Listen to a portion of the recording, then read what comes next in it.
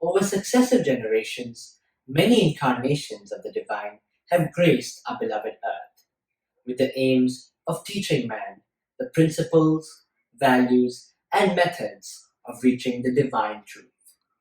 However, despite their immense grace on our planet, mankind as a whole has still not been able to transform to follow the supreme path of the divine. This has primarily arisen due to the multiple deep seated rejections of humankind. Well, if we zoom through history, mankind from the start has always questioned the divine's presence, and the divine's work.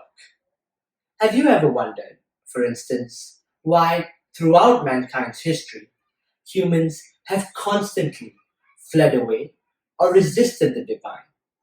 In our modern generation, with multiple philosophies and religious teachings vastly available all around us, youth like us are swayed to wonder what exactly then is the real divine. And likewise, I'm sure many of you do too. For instance, Jesus Christ had been crucified by his very own people. Duryodhana decided to choose Krishna's army instead of the divine Krishna himself. And as Sri Aurobindo had described Savitri's plight on earth, he stated, "It turns against the saviour hands of grace, it meets the sons of God with death and pain." so keeping that key question in mind, some of us youths had decided to explore why this resistance has been continuously taking place. And similarly, I'm sure many of you have been pondering about this too. Our small skit, therefore, aims to depict these deep seated rejections by portraying a few of the many different hostile attitudes of mankind towards the divine, who is all joy, all good, and all bliss. This hostility, though, evidently exists in non believers and surprisingly in ardent believers too. So, in this skit, we will first enact the ironically hostile attitudes that humanity has often demonstrated towards the divine. After which, Gayatri, one of our youth members, shall speak the words of our Divine Mother and Sri Aurobindo that are intended to heal and dissolve these hostile attitudes. So come, let us take you through our skit.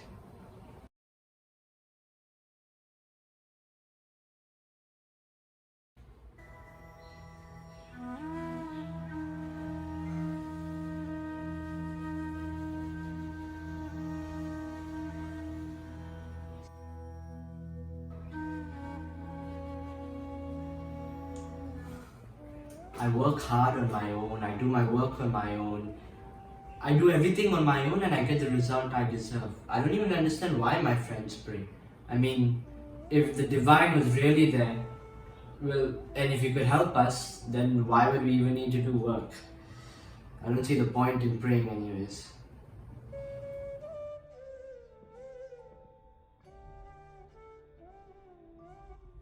People do not know how important is faith, how faith is a miracle, creator of miracles. If you expect at every moment to be lifted up and be pulled towards the divine, he will come to lift you, and he will be there, quite close, closer, ever closer.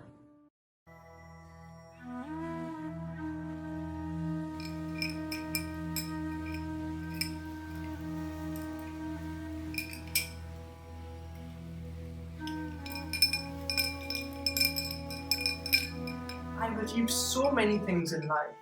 I have such a big house. I have a car. And I can afford anything I want.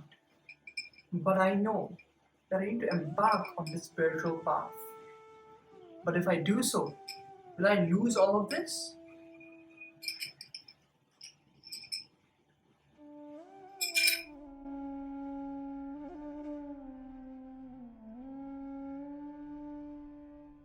One need not leave the earth to find the truth. One need not leave the life to find his soul. One need not abandon the world or have only limited beliefs to enter into relation with the divine. The divine is everywhere, in everything, and if he is hidden, it is because we do take the trouble to discover him. However, attachment must be utterly cast out. There is nothing in the world to which we must be attached to, not wealth nor poverty, nor joy nor suffering, nor life nor death, nor greatness nor littleness, nor vice nor virtue, nor friend, nor wife, nor children, nor country, nor work and mission, nor heaven, nor earth, nor all that is within them or beyond them.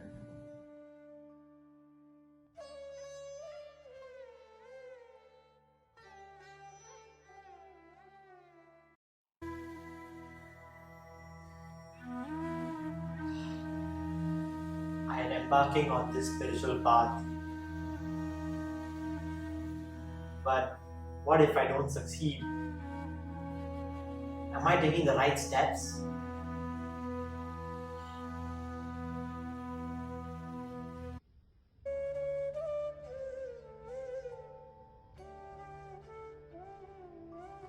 Have faith in the divine and go deep inside yourself. My help is always with you.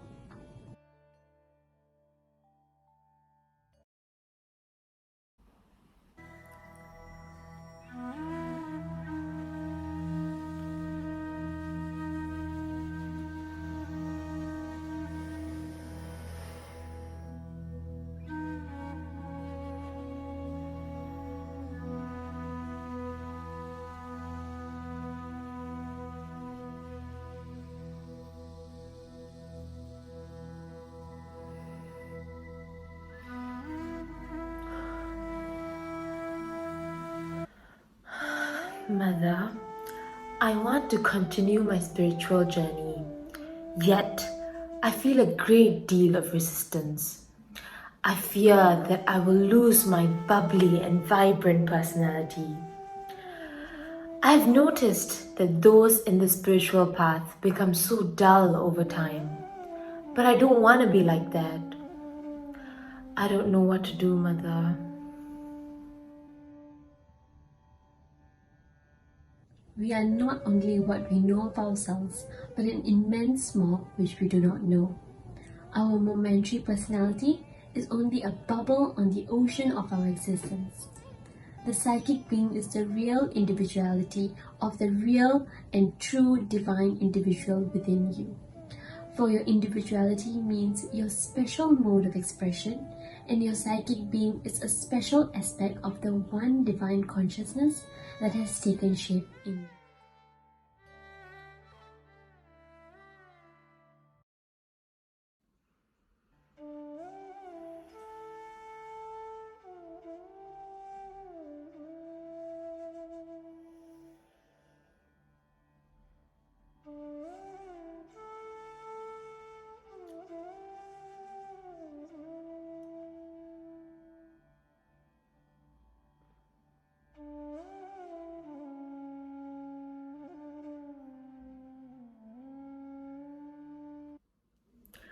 I devote so much time to the Mother by praying, meditating, and listening to satsangs.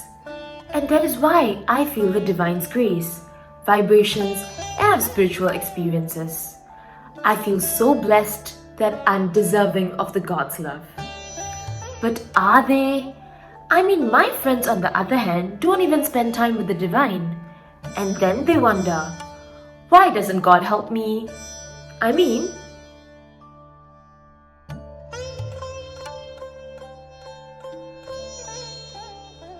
the spiritual ego develops when one gets excited by powerful spiritual experiences and begins to take pride in one's success in yoga. With spiritual ego, one cannot realize the divine at the moment one unites with him. It is evident that at that moment the ego disappears. But that state does not last. Or in any case, we can put it in another way. Those who have brought along the ego with them cannot keep the consciousness for long.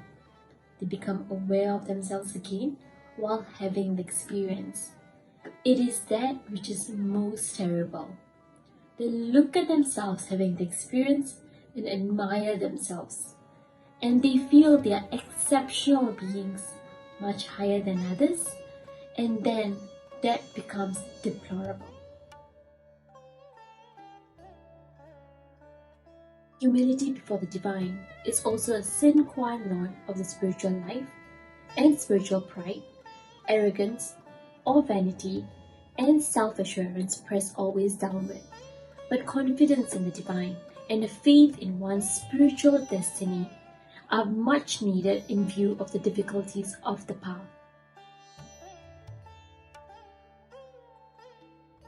The aim of integral yoga is to enter into and be possessed by divine presence and consciousness, to love the divine for divine's sake alone, to be tuned in our nature, our will and works into the nature of the divine, and let life be the instrument of the divine. Its aims are also to first enter divine consciousness by merging into it the separative ego, and secondly, to bring down the supramental consciousness on earth to transform mind, life, and body. Its aim is not an individual achievement of divine realization for the sake of an individual, but something to be gained for each consciousness here, a cosmic and not solely a supracosmic achievement. Peace in the storm, calm in the effort, joy in the surrender, a luminous faith, and you will become aware of the Lord's constant presence.